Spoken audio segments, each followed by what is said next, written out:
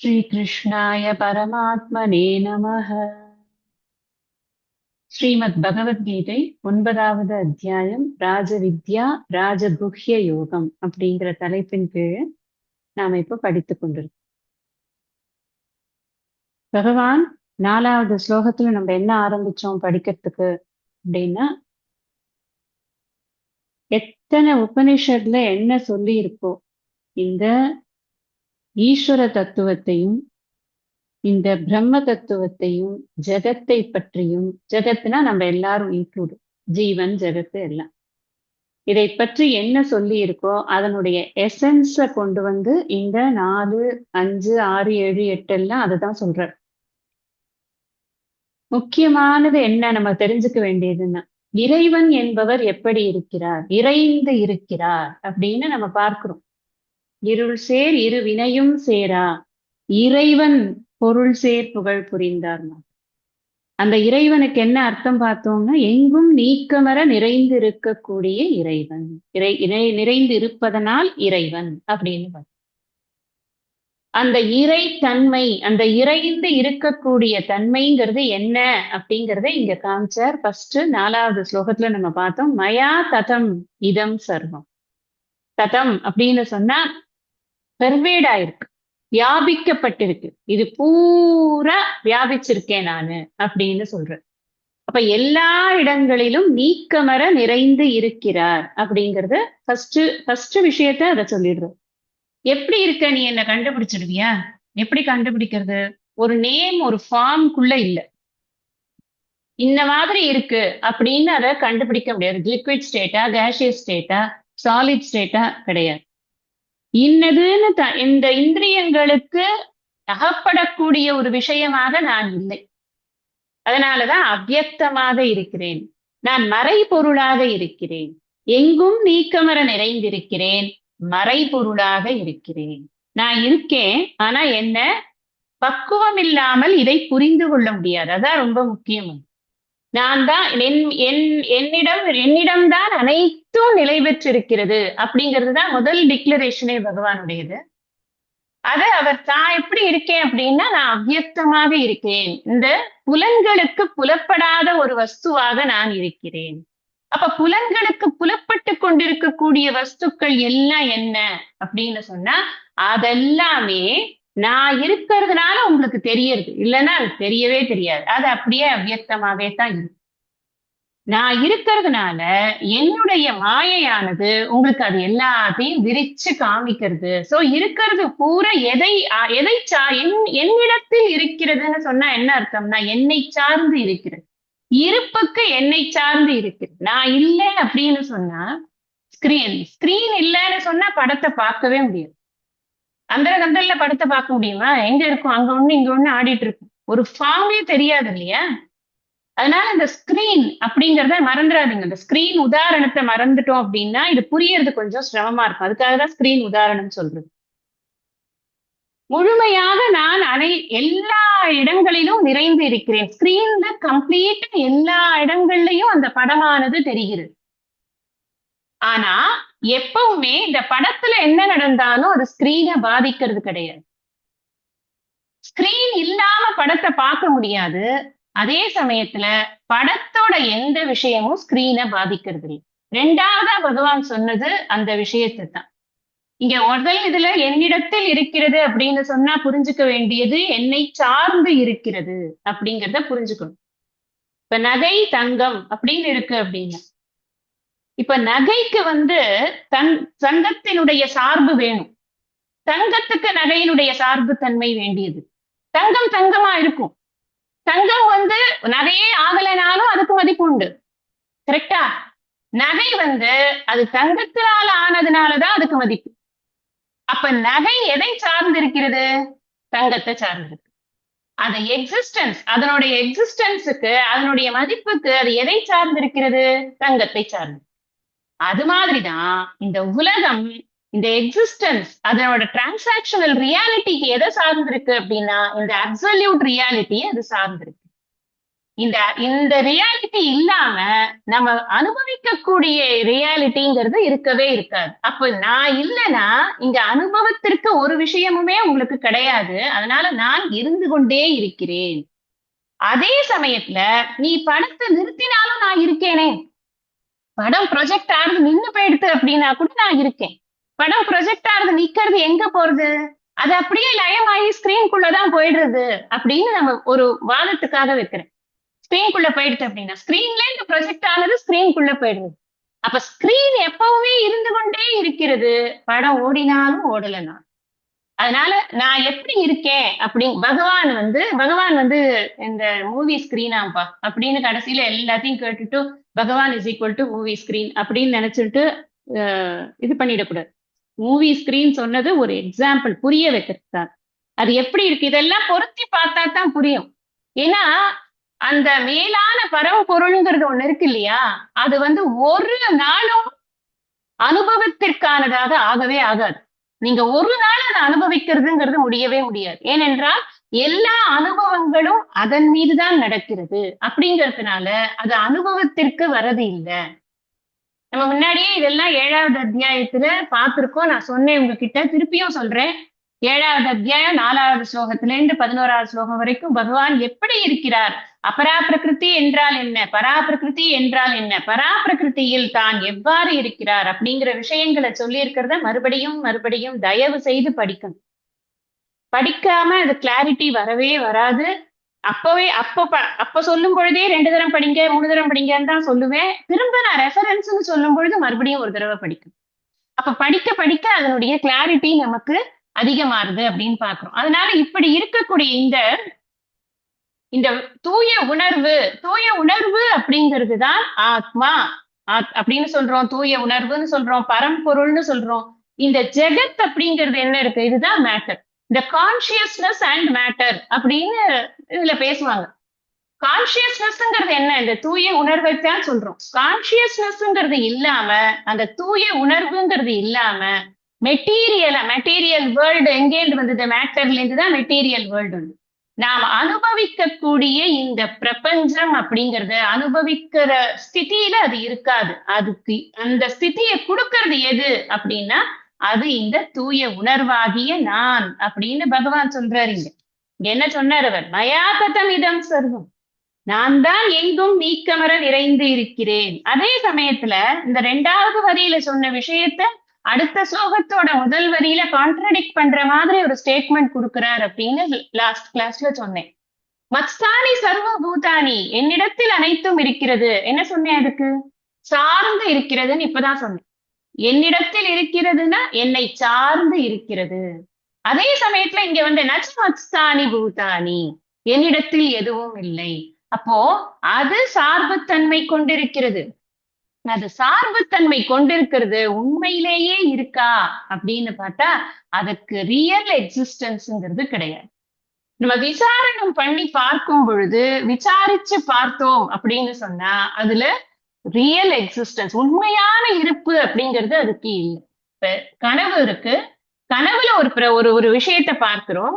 அந்த கனவு முடிஞ்ச உடனே அதுக்கு எப்படி வந்து உண்மைத்தன்மை இல்லையோ அதே மாதிரிதான் இந்த பிரபஞ்சமும், இந்த பிரபஞ்சம் இருந்து அதனோட ஒரு இன்டராக்ஷன்ஸ் டிரான்சாக்ஷன்ஸ் ஆகிற வரைக்கும் அது வந்து இருக்கிற மாதிரி இருக்கு.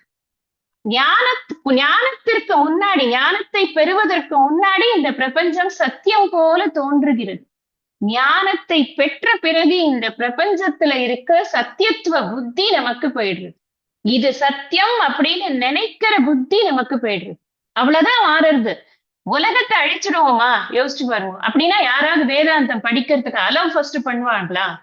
அதுவே அலவ் பண்ணவே சுவாமியே இந்த மாதிரி வைக்கவே இல்லை. எல்லாமே புத்தியில தான் இது இருக்கு, இது உண்மை, இது சத்தியம்னு நினைக்கிறோமே. அந்த சத்தியம்னு நினைக்கிறது குருநாதர் வந்து இது இப்படித்தான்ப்பா, நீ கொஞ்சம் ஆராய்ச்சி பண்ணி பாரு, இது வெறும் நேம் ஃபார்ம் மாறிக்கொண்டே இருக்கக்கூடியதுதான்.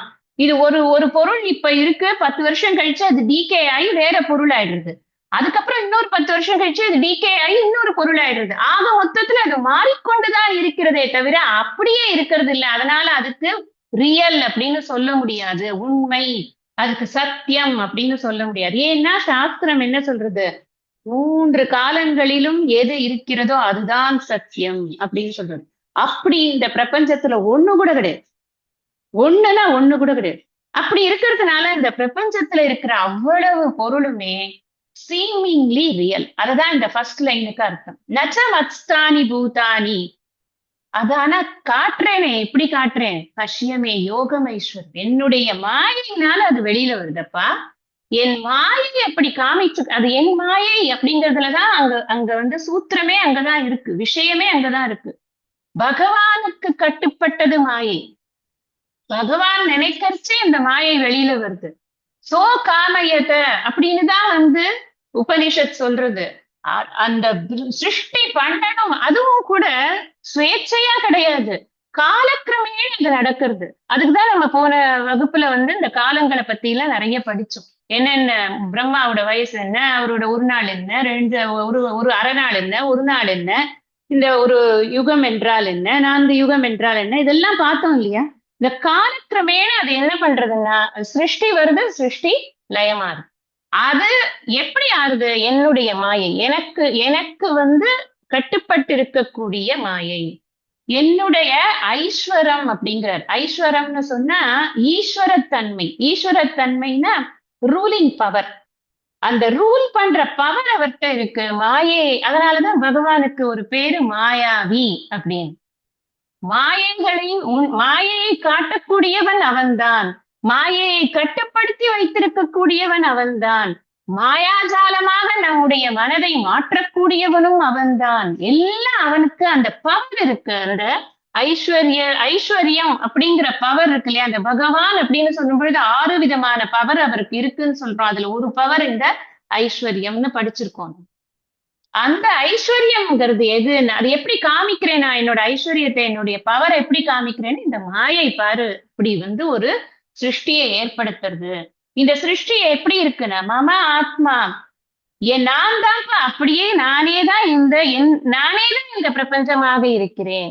என்னுடைய உடல் அப்படின்னு நம்ம என்னுடைய உடல்னு சொன்ன உடனே ஏதோ பகவானும் இந்த மாதிரி தன்னோட உடம்ப வச்சு இதெல்லாம் பண்றாரு போல இருக்கு, அவரும் இந்த மாதிரி ஏதோ ஒரு சாமகிரியை எல்லாம் வச்சுன்னு பண்றாரு அப்படி இல்லை. நம்ம இதுக்குத்தான் உதாரணம் பார்த்திருக்கோம், ஸ்பைடரோட உதாரணம்.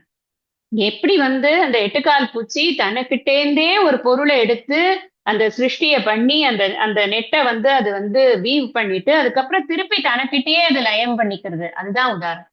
அது மாதிரி பகவான் இன்னொரு பொருளால பண்ணல, தானேதான் என் மம ஆத்மா அப்படின்னு சொல்லிட்டார். நானேதான் எப்படி இருக்கேன்னா இந்த பூத பாவனக, இத்தனை கிரியேஷன்ஸ், இந்த உயிருள்ள உயிரற்ற அனைத்து பொருட்களும் அந்த தோற்றுவிக்கிறதுங்கிறது நான் தான் பண்றேன்.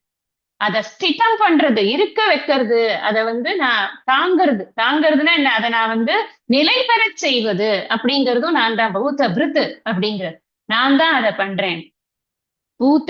ஆனாலும் அதெல்லாம் பண்ணினாலும் கூட நான் அதுல ஒட்டுறது இல்லை. எப்படி?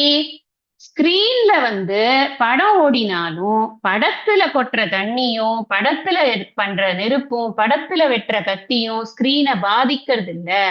அப்படிங்கிறது எப்படியோ அதே மாதிரிதான் என்னோட கிரியேஷனுக்கும் எனக்கும் பற்று கிடையாது, ஒட்டுதல் அப்படிங்கிறது கிடையாது. நான் அசங்கம். இந்த இடத்துல பகவான் காமிக்கக்கூடிய விஷயம் என்ன அப்படின்னு சொன்னா அஸ்பிருஷ்டம் அப்படின்னு பகவானுடைய நேச்சர், அந்த பிரம்மனுடைய நேச்சர். அதை அப்படி காமிக்கிற பரம்பொருள் எப்படி இருக்கு? அஸ்பிருஷ்டமா இருக்கு. அது யாரும் அதை தொட முடியாது. அது கூடவே தான் இருக்கு, எல்லா சந்தர்ப்பத்திலையும் கூடவே இருக்கு. நீங்க பாருங்க, டைட்டில் கார்டு போடுறதுல இருந்து சுபம் போடுற வரைக்கும் நம்ம கண்ணு வந்து படத்தை தான் பாக்குறதே ஒழிய ஸ்கிரீனை பார்க்கவே பார்க்காது. இல்லைங்க, நான் வந்து ஸ்கிரீனே தான் பார்த்துட்டு இருப்பேன், படமே நான் பார்க்க மாட்டேன், யாராலையும் சொல்ல முடியாது. ஏன்னா நம்ம கண் அங்கதான் போகும். அது மாதிரிதான் இந்த ஜெகத்து. இந்த ஜெகத் நம்மள அப்படி ஆகர்ஷணம் பண்ணி இழுக்கிறது. இது அவ்வளவு அழகா இருக்குது. அப்படி பண்ணியிருக்காரு பகவான். அதனால அதுல மயங்கி போறோம். ஆனா அவர் என்ன சொல்றாரு தெரியுமா? அதோட சூத்திரதாரி நானு. நீ என்ன பாத்தியானா அதுல மயங்க மாட்டேன். பிரச்சனை நமக்கு என்ன அப்படின்னா, இந்த வெளியில காமிக்கிற விஷயத்துல மயங்கி போய் ஒரிஜினலா எதனால இதெல்லாம் தெரியறதோ அதை விட்டுடுறோம். நம்ம ஏன் அதை பார்த்தே ஆகணும்னு நம்ம சாஸ்திரம் சொல்றது, அது பார்க்கணும்னு ஏன் சொல்றது? அப்பதான் இதுல ஏற்படக்கூடிய பந்தங்கள், அந்த தலைகள்ல இருந்து மோட்சசே அசுபாத்துன்னு ஏன் சொல்றாரு? என்ன என்ன அசுபம் அதுல? இந்த பந்தம் தான் அசுகம். இந்த பந்தத்துல இருந்து நான் விடுபடணும் அப்படின்னு சொன்னா நான் அந்த ஸ்கிரீன பார்க்கணும். அந்த பேக்ரவுண்ட் என்னங்கிறத பார்க்கணும் ஃபர்ஸ்ட். எதனால் அதிஷ்டானத்தை பார்க்கணும். அப்படிதான் சாஸ்திர ரீதியாக அந்த வார்த்தையில சொல்லணும்னா அதிஷ்டானத்தை பார்க்கணும். எதனால இதெல்லாம் தெரியறதோ அதை பார்க்கணும்.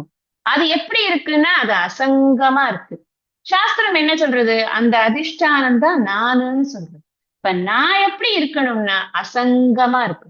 அதுக்கு எனக்கு என்ன தெரியணும்னா எது ரியல் எது அன்ரியல் அப்படிங்கிறது எனக்கு தெளிவா என்னோட புத்திக்கு தெரியும். எனக்கு சத்தியம் எது மித்யா எதுன்னு தெரியும். இந்த விஷயத்த நம்ம எப்ப படிச்சோம்? 2வது அத்தியாயத்திலேயே படிச்சிட்டோம். 16வது நாசத்தோ வித்யதே பாவோ நாபாவோ வித்யதே சதக. எது சத்து எது அசத்து அப்படிங்கிற பிரித்து பகுத்து பார்க்கக்கூடிய தத்துவதரிசிகளுக்கு அது தெரிகிறது அப்படின்னு அங்க படிச்சோமா இல்லையா? அதே விஷயத்தை அங்க என்ன என்ன கான்டெக்ட்ல படிச்சோம்? துவம்பதத்தை விளக்கும் கான்டெக்ட்ல அங்க படிச்சிருக்கோம். இங்க தத்பதத்தை விளக்கும் கான்டெக்ட்ல அங்க தூய உணர்வு பாடி மைண்ட் காம்ப்ளெக்ஸ் அதை வைத்துக் கொண்டு படிச்சோம். தூய உணர்வு தான் சத்தியம், உடல் மனம் புத்தி சத்தியம் அல்ல, அது சத்தியம் அல்ல, அது மித்யா அப்படின்னு தெரிந்து கொள்ள வேண்டும்னு அங்க படிச்சோம். இங்க என்ன சொல்ற? தூய உணர்வு பரம்பொருள் நான், நான் மட்டும்தான் சத்தியம். இந்த ப்ரொஜெக்ஷன் இருக்கு இல்லையா, என்னுடைய மாயையினால கிரியேட் பண்ணிருக்கிற பிரபஞ்சம். அங்க வியஷ்டி படிச்சோம்னா இங்க சமஷ்டி படிக்கிறோம். வியஷ்டினா சிங்கிள், சமஷ்டினா கலெக்டிவ். அந்த ஒரு பர்சன் வைத்துக்கொண்டு நீங்க புரிந்து கொண்டீர்கள் அப்படின்னு சொன்னா, அல்லது இந்த உடல் மனம் புத்திகள்னு வச்சுக்கொண்டு எப்படி நீங்க புரிஞ்சுட்டாலும் சரி, இங்க என்ன பண்றோம்? பிரபஞ்சமே உண்மை இல்லைங்கிற. அங்க ஏன் பாடி மைண்ட் காம்ப்ளெக்ஸ் உண்மை இல்லைன்னு சொல்லும் போது ஓரளவுக்கு என்னால அக்செப்ட் பண்ண முடியாது.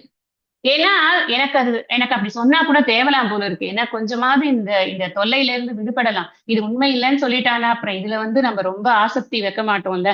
கொஞ்சம் மனசு பக்குவம் ஆக ஆக அப்பாடி இதை நிஷேதம் பண்றதே பெரிய காரியம். ஆனா இந்த உலகத்தை விட முடியாது, கஷ்டம் அது. அதனாலதான் பகவான் மறுபடியும் இந்த ஆங்கிள் சொல்றார். காரணம் என்ன? அதே விஷயம்தான் இங்க சொல்லும் பொழுது சேம் ஈக்குவல் விஷயத்த இங்க அப்ப நம்ம என்ன படிக்கிறோம்? என்ன நமக்கு புரியுது? தூய உணர்வு உண்மை, உடல் மனம் புத்தி மித்யா, பொய்ன்னு நம்ம சொல்ல மாட்டோம். அது சீமிங்லி ரியல்ங்கிறதுனால மித்யான்னு ஒரு வார்த்தையை சாஸ்திரம் கொடுக்குறது. மித்யா தூய உணர்வு பரம்பொருளானது உண்மை, இந்த பிரபஞ்சம் மித்யா. அப்ப உடல் மனம் புத்தியும் பிரபஞ்சமும் மித்தியாங்கிறது கேன்சல் ஆயிடுச்சு. எது மிச்சம் நிக்கிறது? இந்த தூய உணர்வு ஒண்ணுதான் நிக்கிறது. அங்கேயும் தூய உணர்வு தான், இங்கேயும் தூய உணர்வு தான். அப்ப தூய உணர்வு ஒன்றுதான் இருக்கிறது, அதுதான் நான். தத்துவம் அசி, அதுதான் நீ அப்படின்னு இந்த வேற ஒண்ணு இல்லையே. இன்னொன்னு ஒண்ணு இருந்தா தானே நீங்க தூய உணர்வு வச்சுட்டு இருக்கியா? வா இப்ப அடுத்த ஈக்குவேஷன் போடுவோம், அதையும் இதையும் எடு, நம்ம இப்ப ஈக்குவேட் பண்ணுவோம். அப்படிலாம் இல்ல. ஒன்லி தூய உணர்வு மாத்திரம் இருக்குன்னா அப்புறம் இன்னொன்னு என்ன எங்க இருக்கு? அதனாலதான் அத அஸ்பிருஷ்டம். ஏன் அது எதுவுமே அதை பாதிக்கிறது இல்ல அப்படிங்கறத ஏன் சொல்றார் பகவான்னா, அதுல உண்மைத்தன்மை இல்லாத போது, அதோட அசங்கமாக இருக்கும் பொழுது, ஒட்டிக்காம இருக்கும் பொழுது, அது எப்படி நாம அத இது பாதிக்கும்னு சொல்ல முடியும் அப்படிங்கிறதுதான். இங்க ஒரு பாமரனுக்கு சொல்றது மாதிரி மம ஆத்மா அப்படின்னு சொல்றாரே தவிர்த்து, அங்க நாம புரிஞ்சுக்க வேண்டியது என்னன்னா, பகவானோட ப்ரொஜெக்ஷன் தான் இந்த என்டையர் காஸ்மாஸ் அப்படின்னு. ஒண்ணு கூட பாக்கி இல்லாம எல்லாமே அவர் தான் அப்படிங்கறத அவர் காமிக்கிறார் இந்த சோகத்துல. அதே சமயத்துல அது எதுலயுமே அவர் ஒட்டிக்கிறது இல்ல, அதான் ரொம்ப முக்கியம். அப்போ இந்த ஸ்கிரீன் அப்படின்னு எடுத்துக்கிறோம் அப்படின்னு சொன்னா, இந்த ஸ்கிரீனைத்தான் பிரம்மன் அப்படின்னு நம்ம புரிஞ்சுக்கிறோம். ஸ்கிரீனும் மூவியும் உதாரணங்கள், நல்லா ஞாபகம் வச்சுக்கோம். அதுல எதுக்கு உதாரணமா சொல்றோம்னா, நம்ம வாழ்வியலோடு கலந்து இருக்கிறதுனால. இத இவர் சொல்றார், ஆதிசங்கரர் சொல்லும் பொழுது அது ஒரு சித்திர படம் அப்படின்னு சொல்லுவார். அவர்களோட காலத்துல மேபி இந்த மூவிங்கிறது இருந்திருக்காதா இருக்கும். அதனால அவர் ஒரு படத்துல எழுதின இது கேன்வாஸ்ல எழுதின பெயிண்டிங் அப்படின்னு அவர் தன்னோட உதாரணத்தை இப்படித்தான் சொல்றார். அதை நாம கொஞ்சம் இப்போ மாடர்ன் இதுக்கு மாற்றிக்கொண்டு, மாடர்ன் ஆச்சாரியாஸ் எல்லாம் மூவி ஸ்கிரீன், ஏன்னா நம்ம அதை அன்றாடம் பார்த்து கொண்டு இருக்கிறோம் இல்லையா, அதனால அது நமக்கு ஈஸியா புரியுது. அப்ப இந்த ஸ்கிரீன் அப்படிங்கறத நம்ம என்னென்னலாம் சொல்றோம், அதுதான் பிரம்மன், அதுதான் ஆத்மா, அதுதான் கான்சியஸ்னஸ் அப்படின்னு நம்ம ஒரு இதை வச்சுட்டு இருக்கோம். அப்படி புரிஞ்சுக்கிறதுக்காக வச்சிருக்கோம். இந்த மூவிங்கிறது தான் இந்த பிரபஞ்சம். நல்ல நல்ல ஜாலக்கா இருக்கக்கூடிய இந்த பிரபஞ்சம் ஜெகத் எப்படி இருக்குன்னா இந்த மூவி தான். அது என்னது? அது ஆத்மா இல்ல, அது அனாத்மா. அது மாறிக்கொண்டே இருக்கக்கூடியது. அது ஒரு நாளும் ஒரே மாதிரி இருக்கவே இருக்காது. அது இன்னைக்கு இருக்கிற மாதிரி நாளைக்கு இருக்காது. இந்த செகண்ட் இருக்கிற மாதிரி அடுத்த செகண்ட் இருக்காது. இதுதான் மேட்டர். மெட்டீரியல் மெட்டீரியல் வேர்ல்டுக்கான மேட்டரே இதுதான். இதுதான் நம்ம இப்போ இந்த 2 ஸ்லோகத்தின் மூலமாக நாம புரிஞ்சுக்கிறது என்ன அப்படின்னா, பகவானுடைய கிரியேஷன்ல பகவான் கொஞ்சம் கூட ஒட்டிக்கிறதே கிடையாது. இந்த கிரியேஷன்ல எல்லாமே அவர்தான். ஆனா அவர் எதுலயுமே ஒட்டிக்கிறது இல்ல. அதுக்குதான் இந்த இப்போ 4 விஷயம் நம்ம ஃபர்ஸ்ட் புரிஞ்சுக்கிறோம். இந்த இதுல இருந்து 4 விஷயம் புரிஞ்சுக்கிறோம். ஒண்ணு என்ன? அனைத்தும் என்னிடத்தில் உள்ளன. இங்க இருக்கக்கூடியது எல்லாம் என்னிடத்தில். என்னிடத்தில்ங்கிறத புரிஞ்சுக்கோங்க. என்னை சார்ந்து இருக்கின்றன.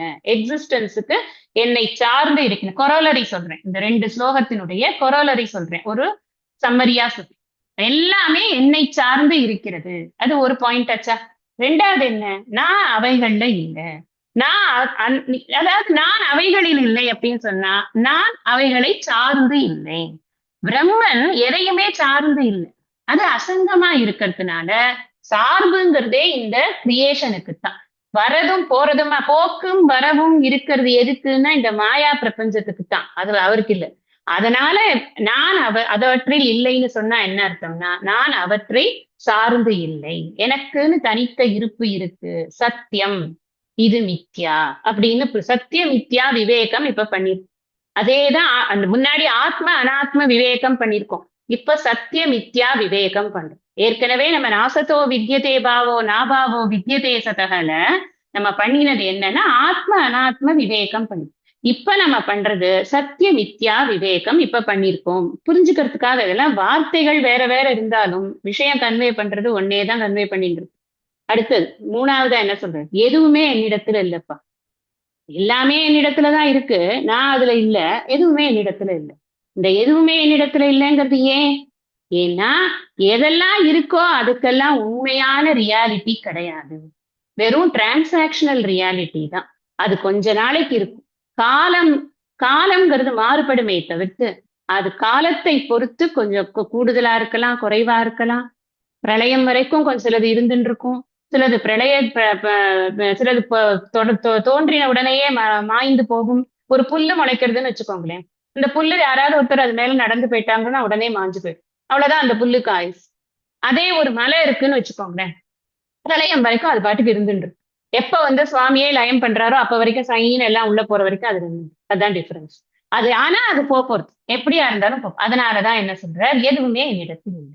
என்னிடத்தில் எதுவுமே உண்மையான இருப்பு கொண்டது அல்ல அப்படின்னு புரிஞ்சுக்கும். உண்மையான இருப்பு கொண்டது எதுவுமே கிடையாது. நான் மட்டும்தான் உண்மையான இருப்பு.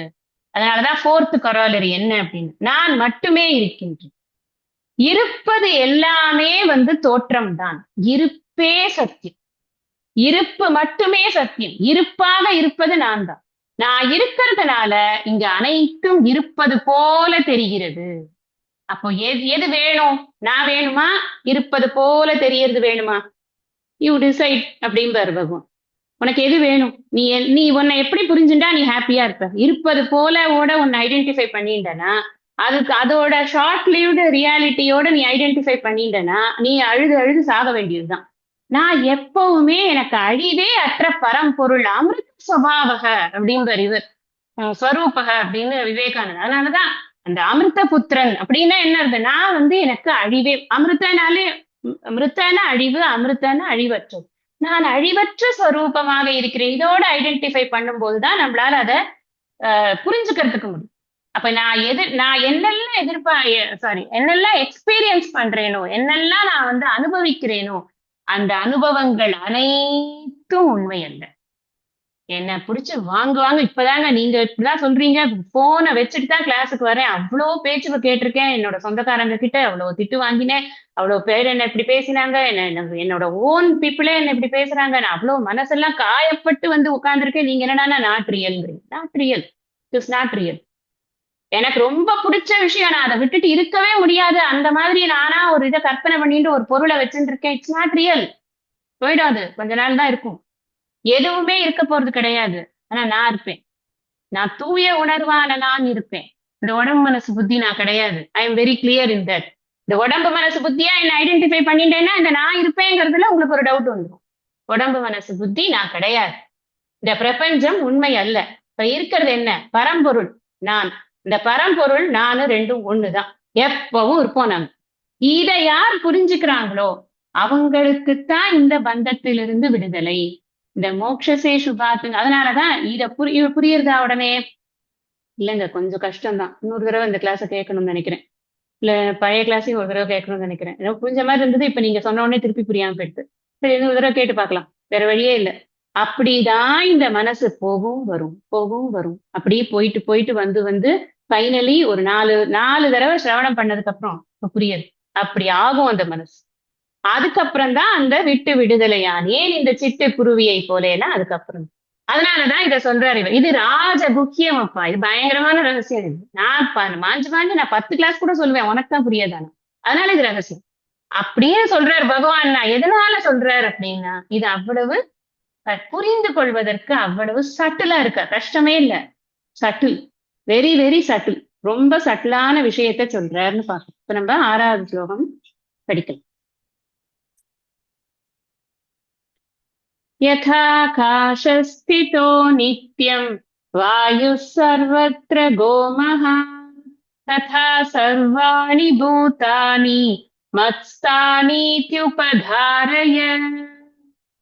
யதா எவ்வாறு, சர்வத்ரகः எல்லா இடத்திலும் செல்வதும், மகான் அளவில் பெரியதுமான, வாயுகு காற்றானது, நித்தியம் எப்பொழுதும், ஆகாசஹஸ்திதः ஆகாசத்தில் இருக்கின்றதோ, ததா அவ்வாறே, சர்வாணி அனைத்து, பூதானி உயிர்களும், மத்ஸ்தானி என்னிடத்தில் இருக்கின்றன, இதி என்று, உபதாரய அறிந்து கொள்.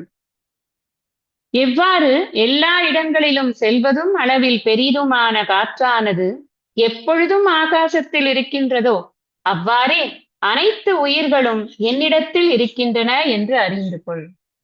இங்கே நாம ஒரு உதாரணம் சொன்னோம். ஸ்கிரீன் உதாரணம் சொன்னோம். இவர் ஆதிசங்கரர் சித்திரப்படம் உதாரணம் சொல்றார், எல்லாம் சொல்றார். பகவானே ஒரு உதாரணம் சொல்றார். இந்த உதாரணம் ரொம்ப உசந்த ஒரு உதாரணம் எது அப்படின்னா இதுதான். அவர் என்ன சொன்னார் முன்னாடி அப்படின்னா, என்னிடத்தில் தான் எல்லாம் இருக்கிறது, நான் அவற்றில் இல்லை, என்னிடத்தில் எதுவுமே இல்லை. இந்த 3 விஷயத்த நாம திரும்ப திரும்ப யோசிக்கிறோம் அப்படின்னு சொன்னா, எப்படி பாரு அப்படின்னு கேட்டா, நான் உனக்கு ஒரு உதாரணம் சொல்றேன் பாரு, எக்ஸாம்பிள் சொல்றேன் உனக்கு, அப்பதான் உனக்கு புரியும். ஆகாசம் இருக்கு. இந்த இடத்துல ஆகாசம் அப்படின்னா தன்னாந்து பார்க்கக்கூடிய ஸ்கை அது இல்லை. அதுக்கு ஆகாசம்னு நம்ம பேர், ஆகாயம்னு நம்ம சொல்றோம். ஆனா ஆகாசம்னா ஸ்பேஸ்ன்னு இடம். இடம் அப்படிங்கிறதுதான் ஆகாசம். இந்த எல்லா இடத்துலயும் நிறைஞ்சு இருக்கிறது எதுன்னா இடம் தான் நிறைஞ்சிருக்கு. நாம இருக்கிற ஆகாசத்துக்குள்ள நாம 4 செவுத்தை எழுப்பி அது ஒரு கட்டடம் அப்படின்னு நாம அதை வரையறைப்படுத்துறோம். உண்மையிலேயே ஆகாசம் வரையறையே இல்லாம எல்லா இடத்துலயும் இருக்கு. கொஞ்சம் ஆழமா யோசிச்சீங்கன்னா இது புரிஞ்சிடும். இப்ப ஒரு இது இருக்கு, ஒரு ஸ்ட்ரீட் இருக்குன்னு வச்சுக்கோங்களேன். வெறும் ஒரு பிளாட் இப்ப பாக்குறீங்கல்ல, இப்ப நம்ம இந்த சென்னையில் மிக அருகில் அதெல்லாம் போடுறாங்களே, இந்த பிளாட்டை பார்க்கும்போது என்ன தெரியுது? அங்க என்ன இருக்கு? கட்டடமா இருக்கு? ஒண்ணுமே இல்லை. வெற்று வெளி இல்லையா? அது வெறும் வெட்ட வெளியா இருக்கு. அதான் வெளிங்கிறது தான் அந்த ஆகாசம். அந்த வெட்ட வெளி இருக்கே, அது அங்க மாத்திரம் இல்ல, எல்லா இடத்துலயும் இருக்கு. அந்த இடம் ஏன் தெரியறதுன்னா, அந்த இடத்துல கட்டடம் இல்லாததுனால வெளி பெருசா தெரியுது, அவ்வளவுதானே தவிர்த்து. ஆனா கட்டடம் இருக்கிற இடத்துலயும் வெளி இருக்கிறது, கட்டடத்துக்குள்ளும் வெளி இருக்கிறது, கட்டடத்துக்கு வெளியிலும் வெளி இருக்கிறது, கட்டடத்தை கட்டி இருக்கக்கூடிய அந்த சுவற்றிலும் வெளி இருக்கிறது. சுவரிடை வெளி போல் யான் என் ஸ்வரூப சுபாவமானேன், அவருடைய பதுமபாதம் அனுதினம் பணிகின்றேனே. என்ன வார்த்தைகள்! இதுதான் அது பாயிரத்துல வருது, கைவல்லிய நவநீதத்துல. எப்பேற்பட்ட வார்த்தைகள்! யோசிக்கவே முடியாது. பாயிரத்திலேயே இவ்வளவு வச்சிருக்காருன்னா உள்ளுக்குள்ள எவ்வளவு வச்சிருப்பாருன்னு பாருங்க இந்த கைவல்லிய நவநீதம். அந்த சுவரிடை வெளி போல நான் இருக்கேன். இப்ப நான் இல்லாத இடமே இல்லை, நீ இல்லாத இடமே இல்லை. அதுதான் அந்த எல்லா இடங்களிலும் நிறைந்து நீக்கமர நிறைந்து இருக்கிறதுக்கு ஒரு உதாரணம் எடுத்துக்கிறார் ஆகாசம். ஆனா ஆகாசம் இஸ் ஈக்குவல் டு பிரம்மன்னு தயவு செஞ்சு எழுதிடாது. அது தப்பு. ஏன் அப்படின்னா ஆகாசம்ங்கிறது உற்பத்தி ஆயிருக்கக்கூடிய பூதங்கள்ல ஒண்ணு. 5 பூதங்களில் ஆகாசம் ஒரு பூதம். எப்போ அது உற்பத்தி ஆயிருக்கோ அப்ப அது லயம் ஆகும். அந்த லயத்துக்கு உட்பட்டது ஒரு பாயிண்ட். அது உற்பத்தியினால அது லயத்துக்கு உட்பட்டது. இது ஒரு பாயிண்ட். அதனால அது பிரம்மன் கிடையாது. இன்னொன்னு ஆகாசத்துக்கு குணம் சொல்லப்பட்டிருக்கு. சவுண்ட் வந்து ஆகாசத்துக்கு குணம். நீங்க ஸ்பேஸே இல்லாத இடத்துல சவுண்ட் வந்து வெளியில வராது. நீங்க எவ்வளவு கத்தினாலும் சவுண்டே வெளியில வராது. ஸ்பேஸ் இல்ல, ஸ்பேஸ் தான் கேரி பண்றது சவுண்ட. அதனால அந்த நம்ம நம்ம என்ன பேசுறோமோ அந்த விஷயத்த இன்னொரு இடத்துக்கு கொண்டு போய் சேர்க்கறது எது அப்படின்னா இந்த ஸ்பேஸ் தான். அந்த ஸ்பேஸ் இருக்கிறதுனாலதான் அந்த சவுண்ட் வந்து வெளிப்படுது. அதனாலதான் பகவான வந்து நாத பிரம்மம்னு சொல்றதுக்கு காரணம் என்னன்னா முதல்ல வெளியில வந்தது அந்த ஆகாசம், அந்த பூதத்தோட அந்த நாதம் தான் வெளியில வந்தது. இதெல்லாம் நிறைய சட்டிலான விஷயங்கள் இருக்கு. நான் எதுக்கு இதெல்லாம் சொல்றேன் அப்படின்னா ஆகாசம் இஸ் ஈக்குவல் டு பிரம்மன் எழுதி வச்சுட்டு அப்புறம் இவங்க அப்படி சொல்லி கொடுத்தாங்கன்னு சொல்லிடாதீங்க. இது ஒரு உதாரணத்துக்காக சொல்லப்பட்டிருக்கு. ஆகாசம் எப்படி இங்க எது ஆகாசத்தை எந்த ஆங்கிள் எடுத்திருக்கார் பகவான்னு பார்க்கணும்.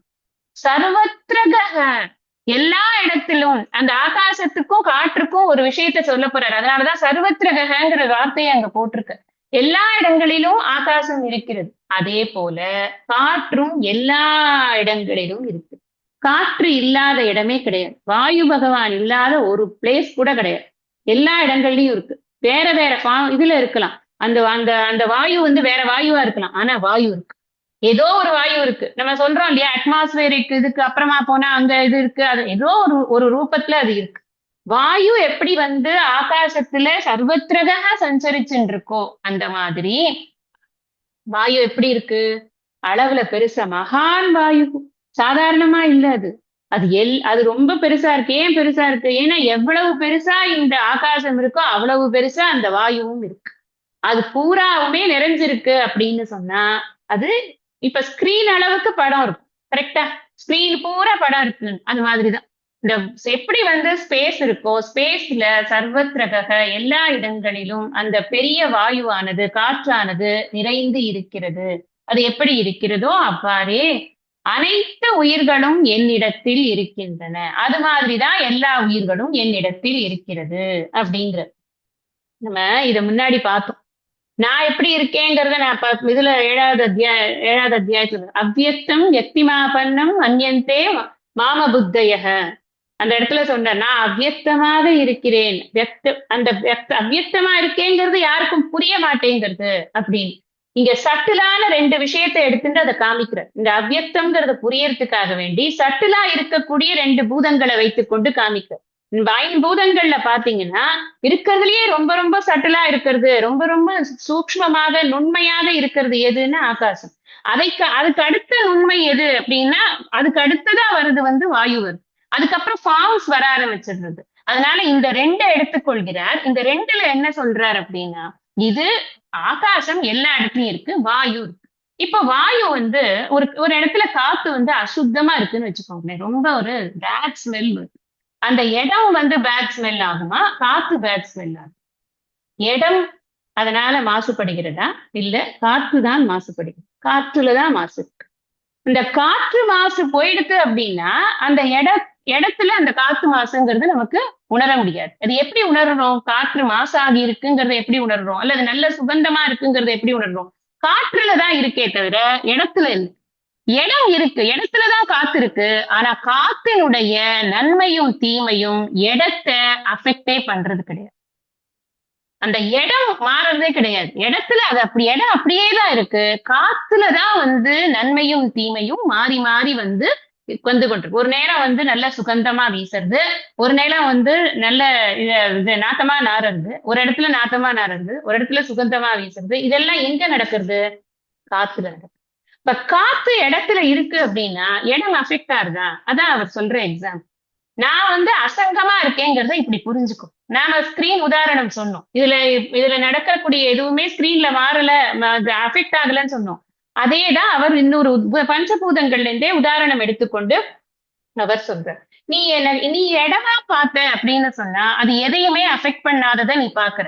நீ காற்ற பாக்குற, ரெண்டும் ஒன்னாதான் இருக்கு. At A time you are experiencing space and ஏர். நல்லா புரிஞ்சுக்கோங்க. சேம் ஒரே டயத்துல எக்ஸ்பீரியன்ஸ் பண்றோம். இங்க புரிஞ்சுக்க வேண்டிய விஷயம் என்னன்னா பிரம்மனையும் மாயையும் ஒரே டயத்துல நாம அனுபவிக்கிறோம். அட் த சேம் டைம் நம்ம அனுபவிக்கிறோம். நான் போய் வெளியில போய் மாயையை பார்த்துட்டு வரேன்ப்பா, கொஞ்ச நேரம் இரு அப்படின்னு எல்லாம் போறது இல்ல. அவ்வளவுலயும் பிரம்மன் இருக்கு, மாயையும் இருக்கு. அப்ப நாம பார்க்க வேண்டிய பார்வை என்னன்னா, மாயை பொய் அப்படிங்க. மரத்தை மறைத்தது மாமத யானை, மரத்தில் மறைந்தது மாமத யானை, பரத்தை மறைத்தது பார்முதல் பூதம், பரத்தில் மறைந்தது பார்முதல் பூதமே. ஞாபகம் வச்சுக்கோங்க, இந்த பாட்டெல்லாம் நமக்கு ரொம்ப உபயோகமா இருக்கும். எதை நாம போக்கஸ் பண்றோம்? பகவான் அதைத்தான் சொல்றார். நீ எதை போக்கஸ் பண்ற? நீ இது அசங்கமா இருக்கிறத போக்கஸ் பண்ணினா வச்சுக்கோ, நீ அசங்கமா இருப்ப. நீ இந்த மாறிக்கொண்டிருக்கக்கூடிய இந்த டிரான்சாக்ஷனல் ரியாலிட்டி இருக்கே, அதுதான் காத்து. அந்த காத்தோட நீ போக்கஸ் பண்ணேன்னு வச்சுக்கோயேன், அப்ப நீ என்ன ஆவ? நீயும் மாறிக்கொண்டே இருப்ப. இது புரியுறது இல்லையா? ஆகாசம்னு சொன்னதுக்கு காரணம் அது அதனுடைய ஸ்திரத்தன்மை அப்படிங்கிறது, ஸ்டெபிலிட்டி. ஆகாசம் எல்லா இடத்துலயும் இருக்கு, அது இல்லாத இடமே கிடையாது. அது இருக்கு, அது எப்பவுமே இருந்து கொண்டே இருக்கிறது. அது கொஞ்சம் இழுத்துள்ளாமா ஆகாசத்தை, கொஞ்சம் இப்படி எலாஸ்டிசிட்டி இருக்குமா? எல்லாம் கிடையாது. ஆகாசம் இருக்கு. எவ்வளவு தூரத்துக்கு பிரபஞ்சம் இருக்கோ அவ்வளவு தூரத்திலயும் ஆகாசம் இருக்கு. ஆகாசம்ங்கிறது ஸ்பேஸ்ங்கிறத புரிந்து கொண்டனும். அந்த அந்த ஆங்கிள் ஆகாசம் எல்லா இடத்துலயும் இருக்கு. ஸ்டெபிலிட்டிக்காக அதை சொல்றேன். பிரம்மன் அப்படித்தான் இருக்கு. பரம்பொருள் ஸ்டேபிளா இருக்கு, கொஞ்சம் கூட அசங்கிறதே கிடையாது. இது கொஞ்சம் சுருங்கிக்கலாம், கொஞ்சம் நீண்டுக்கலாம், அதெல்லாம் ஒண்ணுமே இல்லை. ஒரே மாதிரி இருக்கு, அதுல மாற்றம் என்பதே கிடையாது. அதே மாதிரி இந்த காற்று எப்படி இருக்குன்னா, காற்று ஒரு இடத்துல புஷ்ன்னு அடிக்கிறது, ஒரு இடத்துல சட்டிலா இருக்கு, ஒரு இடத்துல பேய் காத்தா அடிக்கிறது, ஒரு இடத்துல தென்றலா வீசுறது. காற்றுக்கு எத்தனையோ வகைகள் இருக்கு, அது சஞ்சலமானது இருக்கு. இந்த மாயா பிரபஞ்சம் எப்படி இருக்கு? மாறிக்கொண்டே இருக்கு. இது இன்னைக்கு இருக்கிற மாதிரி நாளைக்கு கிடையாது, ஒரு செகண்ட் இருக்கிற மாதிரி அடுத்த செகண்ட். இந்த சஞ்சலத்தன்மைக்காக காற்று, ஸ்டெபிலிட்டிக்காக இது ஸ்பேஸ். அப்ப இந்த ஆகாசம் காற்று இது ரெண்டும் எப்படி ஒன்னா இருக்கோ, அட் ஏ டைம் ஒன்னாவே பார்க்கிறோம், ஆனா ஒண்ணுல இருக்கிற குணமோ தோஷமோ இன்னொன்னுத்துல அஃபெக்ட் ஆகாம இருக்கோ, அது மாதிரிதான் இந்த பிரபஞ்சம் எவ்வளவு மோசமா இருந்தாலும் இல்ல, எவ்வளவு அட்ராக்டிவா இருந்தாலும் எனக்கு அதனால ஒண்ணுமே கிடையாது. நான் அதனால அஃபெக்ட் ஆறதே கிடையாது. அதனாலதான் பிரம்மன் ஸ்டேபிளா இருக்கு, ஜெகத் அன்ஸ்டேபிளா இருக்கு. அது எப்பவுமே சஞ்சலம் நிறைந்ததாக அது இருக்கு அப்படின்னு பார்க்கணும். இதுல இருந்து இப்ப அடுத்த கொரோலரி நம்ம போடணும். இப்ப இதுல இருந்து புரிஞ்சுக்க வேண்டியது என்ன? இப்ப இந்த உலகத்தினுடைய இருப்புங்கிறது என்ன? அது ஒரு தோற்றம் மட்டும்தான். அது ஒரு நேரத்துல இருக்கும், அது இன்னொரு நேரத்துல இருக்காது. எப்படி நான் கடல்னு சொல்றேன், அலைன்னு சொல்றேன், தண்ணின்னு சொல்றேன், நீர்க்குமிழின்னு சொல்றேன், என்னென்னவோ பேர் சொல்றேன் நான். ஆனா அதுல நான் சொல்ற கடலுக்கோ அலைக்கோ நீர்க்குமிழிக்கோ எக்ஸிஸ்டன்ஸ் கிடையாது. தண்ணீர் தான் எல்லாமாவும் தெரியுது, தண்ணீர் தான் கடலாக தெரிகிறது, தண்ணீர் தான் அலையாக தெரிகிறது, தண்ணீர் தான் நீர்க்குமிழியாக தெரிகிறது. உண்மையில் இருப்பது தண்ணீர் மட்டுமே. இது ஒவ்வொன்னுத்துலயும் ஒவ்வொரு உதாரணத்திலையும் ஒரு ஒரு விசேஷம் இருக்கு. அதனாலதான் எல்லா உதாரணத்தையும் ஏதாவது ஒண்ணுத்துல மனசு பச்சக்குன்னு ஒட்டின்றும். தங்கம் நகை சொன்னா ஒட்டிக்கும், இல்லைன்னா மண்ணு குடம் அப்படின்னு சொன்னா ஒட்டிக்கிறது. சில பேருக்கு அலை தண்ணீர் சொன்னா ஒட்டிக்கிறது. ஏதோ ஒண்ணு சாஸ்திரம் இப்படி சொன்னா பாக்குறியா, புரிஞ்சுக்கிறியா? சுவாமிஜி அழகா சொல்லுவார், நீ போய் ஒரு இவங்கிட்ட ஆப்தல்மாலஜிஸ்ட போய் நீ இந்த கண்ணுக்கு பவர் செக் பண்ண போனா அந்த ஆப்டோமெட்ரிக்ஸ் ஃபர்ஸ்ட் போகணும். அவங்க ஒரு இதை போட்டுட்டு இப்ப தெரியறதா, இது தெரியறதா, 2வது லைன் தெரியறதா, 4வது லைன் தெரியுது, இது தெரியறதா, இது தெரியறதா, மாத்தி மாத்தி போடுவோம். அது மாதிரி மாற்றி மாற்றி உதாரணங்கள் மூலமாக இந்த சாஸ்திரம் கருணையோ கருணையா நமக்கு இதை சொல்லி கொடுக்கறதுக்கு முயற்சி பண்றோம். ஏன்னா இது புரியல அப்படின்னு நம்ம புட்டு போயிடக்கூடாதுன்னு அதுக்கு ஒரு வாஞ்சை, நம்ம கிட்ட ஒரு வாஞ்சை. சரி, இப்ப நாம என்ன புரிஞ்சுக்கிறோம்? நான் எல்லாவற்றிலும் வியாபித்திருக்கிறேன். என்ன திடீர்னு நானுட்டீங்க அப்படின்னா, இந்த பிரம்மன்னு தனியா நினைக்கிறது, பரம்பொருள் தனியா நினைக்கிறது, அதுக்காக படிக்கல. நான் தான் என்னத்தான் படிச்சுட்டு இருக்கேன், என்னைத்தான் நான் இங்க படிக்கிறேன் அப்படிங்கிறத புரிஞ்சுக்கணுங்கிறதுக்காக நான் எல்லாவற்றிலும் வியாபித்திருக்கிறேன். ஆனா நான் எதனோடையுமே சேர மாட்டேன். நான் எல்லாத்துலயும் தான் இருக்கேன், ஆனா நான் எதுலயுமே சேர மாட்டேன். நான் அசங்கமா பார்த்து கொண்டே இருக்கிறேன். அதை பின்னாடி சொல்லுவார், எப்படி நான் அந்த மாதிரி இருக்கேன் அப்படிங்கிற விஷயத்த பின்னாடி விளக்குவார் பகவான். நான் எதனோடையும் சேரறது இல்ல, எனக்கு அந்நியமா ஒரு பொருள் இல்லை. ஏன் இல்லைன்னா, நான் என்னெல்லாம் இருக்குன்னு நினைக்கிறோமோ அது பூரா தோற்றம் மட்டும்தான். அது தோற்ற போலிகள் தான். நிற்பதுவே நடப்பதுவே சொல்லுவார் இல்லையா, நீங்கள் எல்லாம் தோற்ற மாயைகளோ அப்படின்னு. நிக்கிறது, நடக்கிறது, பறக்கிறது, எல்லாமே தோற்ற மாயைகள் தானா? நல்லா தத்துவார்த்தமான பாடல். அந்த மாதிரி இது எல்லாமே தோற்ற மாயைகள் தான். அது மட்டுமல்ல, எனக்குள் ஏற்படக்கூடிய விழிப்பு நிலை, கனவு நிலை, உறக்க நிலை அனைத்துமே தோற்ற மாயைகள் தான்.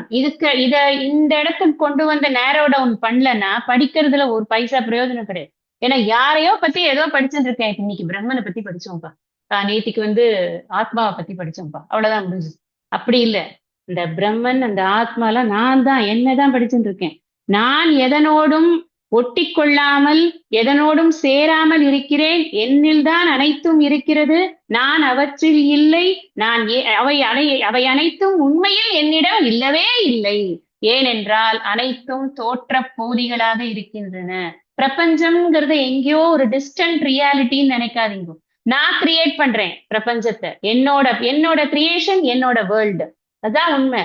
நான் என்னுடைய மனதினால் கிரியேட் பண்ணக்கூடியதுதான் என்னுடைய வேர்ல்டா இருக்கு. எனக்கு ஒரு சின்ன வட்டம் வச்சிருக்கேன். அந்த வட்டத்தை நான் ரியல் நினைக்கிறேனே, அப்ப அது ரியலா? இல்ல இல்ல. என் கிரியேஷன், என்னோட கனவு ரியலா? கனவு நேரத்தில் தான் கனவு ரியல். கனவுக்கு அப்புறம் வெளியில வந்தாச்சுன்னா கனவுக்கு ரியாலிட்டி இல்ல. அதே மாதிரிதான் ஜாகிரத்துல என்னெல்லாம் ரியல் ரியல் உண்மை உண்மை அப்படின்னு நினைத்து பார்த்து அனுபவித்து கொண்டு சந்தோஷப்பட்டு கொண்டு துக்கப்பட்டு கொண்டு கோபப்பட்டு கொண்டெல்லாம் இருக்கோமோ, அது அத்தனையும் ஞானத்தை பெற்ற பிறகு ரியல் கிடையாது. ஞானத்தை பெற்ற பிறகு அது அனைத்துக்குமான ரியாலிட்டியை தூக்கி கடாசுறோம். இப்படித்தான் ஞானாக்னி தத்த கருவான். அது எப்படி ஞானம் போகி பண்டிகை மாதிரி எல்லாத்தையும் வச்சு நல்லா கொளுத்தி போட்டு எரியும். அப்பா அப்பா அடி ஜாலி எல்லாம் எரிஞ்சு போச்சு அப்படின்னு பார்த்துன்னு உட்காந்துருப்போம். குளிர்காயம் அதெல்லாம் இல்லை. என்னுடைய அறிவினால நான் என்னுடைய அறிவினால் இரவி முன் இவமே ஆக்கி. இன்னைக்கு என்னவோ அந்த பாயிரமே மனசுல வந்துட்டே இருக்கு. என்னோட அறிவினால எப்படி சூரியனை கண்ட பனி போல அனைத்தும் காணாமலேயே போகிறதோ, அது மாதிரி எனக்கு இது பிரபஞ்சம் பூரா காணாமே போயிட்டப்பா. there is nothing here to experience அப்படின்னு நான் புரிஞ்சுக்கிறேன். நான் அதனோட ரியாலிட்டி எல்லாம் தூக்கி கடாசுறேன். எனக்கு அது என்ன எதுவுமே அஃபெக்ட் பண்ண முடியாது. தட் இஸ் த ஸ்ட்ரென்த் அப்படின்னு நான் புரிஞ்சுக்கிறேன். இதுதான் இங்க நமக்கு கிடைக்கக்கூடிய பாடம். இந்த பாடம் கிடைச்சாதான் படிச்சதுக்கு பிரயோஜனங்கிறதுனால திருப்பி திருப்பி கொரோலரி ஏன் சொல்றேன், ஏன் இது கற்பனை சொல்றேன், நீங்க புரிஞ்சுக்கோங்க. சில பேருக்கு தோணும் ரிப்படிஷன் இருக்கு அப்படின்னு. நீங்க திருப்பியும் கேட்டு பாருங்க. நிச்சயமாக இந்த ரிப்படிஷன் மனசுல அந்த இதை ஸ்திரப்படுத்திக்கிறதுக்காக தேவைப்படுமே தவிர்த்து வேற எதுக்காகவுமே இல்லை. அதனால இந்த கொரோலரி எல்லாத்தையும் ஞாபகம் வச்சுக்கோங்க. நான் இல்லாம அடுத்தது என்ன, நான் இல்லாம அது கிடையாது. அது என்னதான் அது போலியா இருந்தா கூட நான் இல்லாம, ஏன்னா நான் தான் ரியாலிட்டியை கொடுக்குறேன். I give the reality. அத உண்மைங்கிற தன்மையை கொடுக்கறது நான் தான். அதாவது இருப்பு தன்மையை கொடுப்பதே நான் தான் தூய பரம்பொருள். பகவான் தன்னை எப்படி டிக்ளேர் பண்றாரோ same applies to me also. அதனால இருப்பே உண்மை, இருப்பதெல்லாம் உண்மை அல்ல. இதுதான் முக்கியம். நம்ம ஃபைனலா ஒரு லைன் எழுதுறோம், இருப்பே உண்மை, இருப்பதெல்லாம் மாயை. அவ்வளவுதான். இதை நாம புரிஞ்சுட்டோம். இதை புரிஞ்சுக்கிறதுக்கு தான் இந்த ஆகாசம் உதாரணம் கொடுக்குது. இந்த ஆகாசம் எப்படி ஆகாசத்துக்கும் பிரம்மனுக்கும் சிமிலாரிட்டிஸ் நிறைய. ஆனா ரெண்டே ரெண்டு தான் டிஸ்சிமிலரா இருக்கு. அந்த ரெண்டு என்னன்னு நான் உங்களுக்கு சொன்னேன். ரெண்டு என்னது, ஒண்ணு அது உற்பத்தி ஆகுது. பிரம்மனுக்கு உற்பத்தி கிடையாது. இது உற்பத்தி ஆகுறதுனால லயம் இருக்கு. அதனால ஆகாசம் காலத்திற்கு உட்பட்டது. இது காலாதீதமாக இருக்கு. இன்னொன்னு என்ன, அது வித்தியாசம் என்ன, இன்னொன்னு ஆகாசம் குணம் கொண்டது, சப்தம்ங்கிற குணம் கொண்டது. ஆனா பிரம்மனுக்கு குணம் கிடையாது, குணாதீதமாக. ஆனா அதே சமயத்துல அதுக்கு ஒற்றுமைகள் நிறைய இருக்கு. அது என்னென்ன ஒற்றுமைகள் இருக்கு, ஆகாசத்துக்கு உருவம் கிடையாது. இப்படிதான்ப்பா இருக்கும் ஆகாசம். ஆகாசம் will be like this அப்படின்னு நீங்க எப்படி காட்டுவீங்க? உங்களால ஒரு உருவம் கொடுக்க முடியுமா ஆகாசத்துக்கு? we can only say அது இடம் இருக்குப்பா, அங்க நம்ம இடம் இருக்கு அப்படின்னு. உங்க இடம் எங்க இருக்கு, அந்த இடம் அங்க இருக்கு, என் இடம் தான். உன் இடம் எங்க, கொண்டு காமின. நம்ம எப்படி காட்டுவோம்? அந்த பனைமரத்துல இருந்து இந்த தென்னை மரம் வரைக்கும், இந்த மாமரம் வரைக்கும் என் இடம் அப்படின்னு தானே சொல்ல முடியும். நீங்க காட்டுற எதுவுமே உண்மை கிடையாது, இடம் தானே இருக்கு. புரியுறது இல்லையா? It's so subtle. அதுக்கு ஒரு உருவத்தை கொடுக்கும். அது மாதிரிதான் பிரம்மன். நீங்க அது மாதிரி இருக்கு, இது மாதிரி நித்தியம், பூரணம், ஏகம், பரமார்த்தம், பரபிரம்மம், நிதானம், சாந்தம், இப்படி எல்லாம் பேரா சொல்லி சொல்லி விளக்கி விளக்கி விளக்கி சொல்லலாமே தவிர்த்து திஸ் இஸ் பிரம்மன் அப்படி எல்லாம் காட்ட முடியாது. ஏன்னா அந்த இஸ்னஸே பிரம்மன் தான். அந்த வெரி இஸ்னஸே பிரம்மன் தான் அப்படிங்கறதுனால அது இன்னது அப்படிங்கறத ஒரு பர்டிகுலர் உருவத்துல கொடுக்க முடியாது. எப்படி ஆகாசத்துக்கு கொடுக்க முடியாதோ அதே மாதிரி நம்ம ஆகாசத்தை புரிஞ்சோம்னா பிரம்மனை இன்னும் நல்லாவே புரிஞ்சுக்கலாம் நம்ம. அதனால அந்த சிமிலாரிட்டிக்காக சொல்றேன். சிமிலாரிட்டியும் இருக்கு, டிசிமிலாரிட்டியும் இருக்குங்கிறதுனால சிமிலாரிட்டி என்ன, நீக்கமர நிறைந்திருக்கிறது. அதே மாதிரிதான் பிரம்மனும் நீக்கமர நிறைந்திருக்கிறது. எல்லாத்துக்கும் இடம் கொடுக்கறது ஆகாசம். எல்லாத்துக்கும் இடம் கொடுக்கறது ஆகாசம் தான். இடத்துலதான் நம்ம இடத்தை கட்டுறோம். என் இடம் இருக்கு, அந்த இடத்துல நான் ஒரு இடத்தை கட்டிருக்கேன், நான் ஒரு வீட்டை கட்டிருக்கேன். அதுல அந்த வீட்டுக்குள்ள இடம் இருக்கு, அந்த வீட்டுக்குள்ள நான் ஒரு ரூமை கட்டியிருக்கேன். அந்த வீட்டுக்குள்ள ஒரு ரூம் இருக்கு, அந்த ரூமுக்குள்ள எனக்கு ஒரு ஸ்பேஸ் இருக்கு. இப்படி நான் ஸ்பேஸ் எல்லாத்துக்கும் ஸ்பேஸ் இதுல இருக்கு. சோ எல்லாத்துக்கும் இடம் கொடுக்கறது, எல்லாம் இதை சார்ந்துதான் இருக்கிறது. அதனாலதான் பிரம்மன் எல்லாவற்றுக்கும் இடம் கொடுக்கிறது அப்படின்னு நம்ம சொல்றோம். அந்த ஆகாசம் ஏன் சொன்னார் அப்படிங்கறத புரிஞ்சுக்கிறதுக்காக சொல்றோம். அசங்கமா இருக்கு, எல்லா இடத்துலயும் இருக்கிறதுனால அதுக்கு இன்னொரு இடம் கிடையாது போறதுக்கு. அதனால அது அசங்கமா இருக்கு. ஏக்கமா இருக்கிறதுனால அசங்கமா இருக்கு. அதனால அது எங்கேயும் இங்க எதனோடையும் ஒட்டிக்கிறதும் இல்லை, எதனோடையும் பற்றுக்கொள்வதும் இல்லை. ஆகாசம் ஆகாசத்து மேல் நடக்கக்கூடிய எந்த ஒரு விஷயமும் ஆகாசத்தை பாதிப்பதில்லை. இப்ப நீங்க ஒரு ஒரு நெருப்பு போட்டு எரிக்கிறோம்னு வச்சுக்கோங்களேன், ஒரு இடத்துல பூமியை வேணா பாதிக்கும், ஆகாசத்தை பாதிக்க இந்த ஸ்பேஸ பாதிக்காது. அந்த பூமியை தான் பாதிக்கும், பூமியை தான் கருப்பாகும், பூமியில எல்லாத்தையும் நீக்கும், அவ்வளவுதானே தவிர ஸ்பேஸ பாதிக்காது. எவ்வளவு சட்டில் புரியுறதா உங்களுக்கு? அந்த சட்டிலிட்டி புரியணுங்கிறதுக்காக இந்த எக்ஸாம்பிள்ஸ் எல்லாம் சொல்றேன். அப்படி இருக்கு பிரம்மன்.